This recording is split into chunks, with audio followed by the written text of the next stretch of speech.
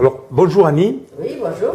Alors, les premières neiges ne vont pas tarder à tomber sur les Pyrénées. Nous sommes déjà au mois de presque mi-novembre et il est temps pour l'accompagnatrice professionnelle que tu es de commencer à préparer le matériel en vue de la saison qui arrive. Alors d'abord, est-ce que tu pourrais nous présenter le matériel? Oui, voilà. Alors, le matériel raquette, c'est quelque chose de plus simple. Hein.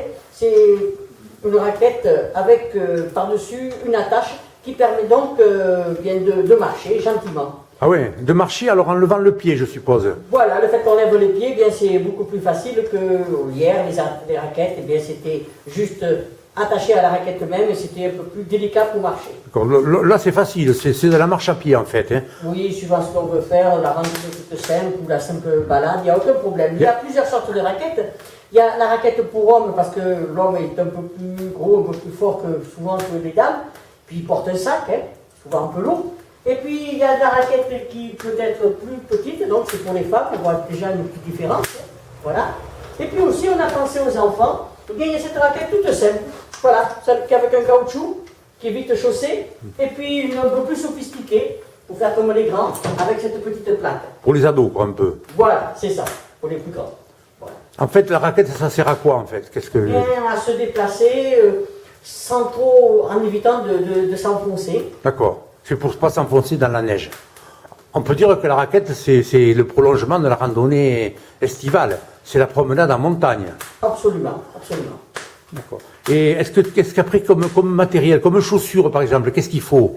Eh bien, il faut des chaussures de randonnée. Les simples chaussures de randonnée d'été peuvent suffire. L'idéal, c'est de les avoir imperméables. Bon, il ne faut pas oublier que sur la raquette, on est quand même surélevé.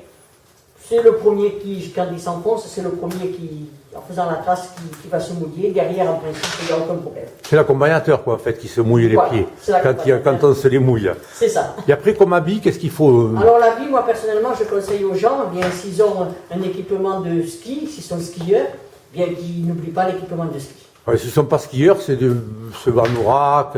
Voilà, quelque chose de chaud quand même. D'accord. Et éviter surtout le blue jean. Ah, éviter pourquoi? Bon, parce que le blue jean c'est un tissu et s'il fait très froid, il risque de geler et on risque d'avoir un peu froid. D'accord.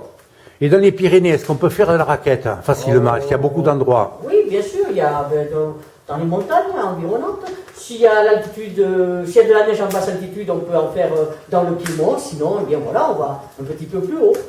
D'accord. Moi, ce que je conseille aux gens, évidemment, c'est s'ils ne connaissent pas la neige, il vaut mieux évidemment venir avec un accompagnateur. Écoute, merci Annie, écoute, on va essayer. Hein. Okay. Je crois que tu m'as donné envie de faire la raquette. Merci. Hein. Eh bien, avec plaisir.